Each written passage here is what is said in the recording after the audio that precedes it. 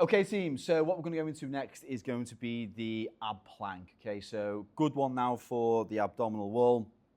With this one now, what we're looking for is trying to create a lot of static stability, okay, within the abdominal range. So there's a couple of ways, obviously, we can use our abdominals. We can do this from a more dynamic perspective, where we're moving the abdominals dynamically, okay, so forwards and backwards, side to side, and in rotation.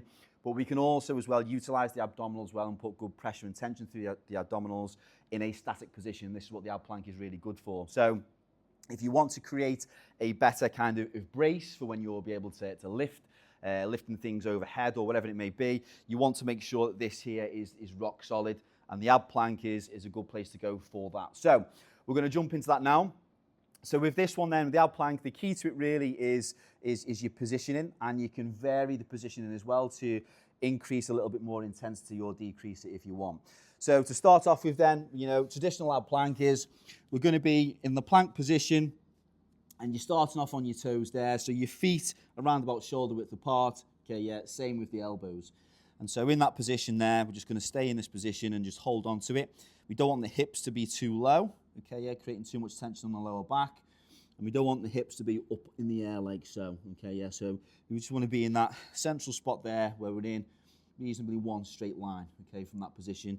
And what you should actually feel is you feel a little bit in the shoulders as well, because obviously you're taking a good bit of weight through that part. So in that position there, keep it nice and straight. If you want to go easier, then what you can do is go to the knees like so and hold the plank position there. Okay, so if that's going on your feet is too much, then you can just go into that position there and just hold on to it like so, okay? And so your challenge is really just try to hold on to the plank for as long as you possibly can. So give yourself, say, 60 seconds to start with. This is your target. If that's too much, try 30 seconds, and then slowly build yourself up over time. Okay, and so if you want to make it a little bit tougher, okay, so going back onto the toes again, you can start now bringing out the arms further out, like so. So now you can probably see me shaking and probably hear it. So there, you can start to get more an extension. You put more intensity through the abdominal core there.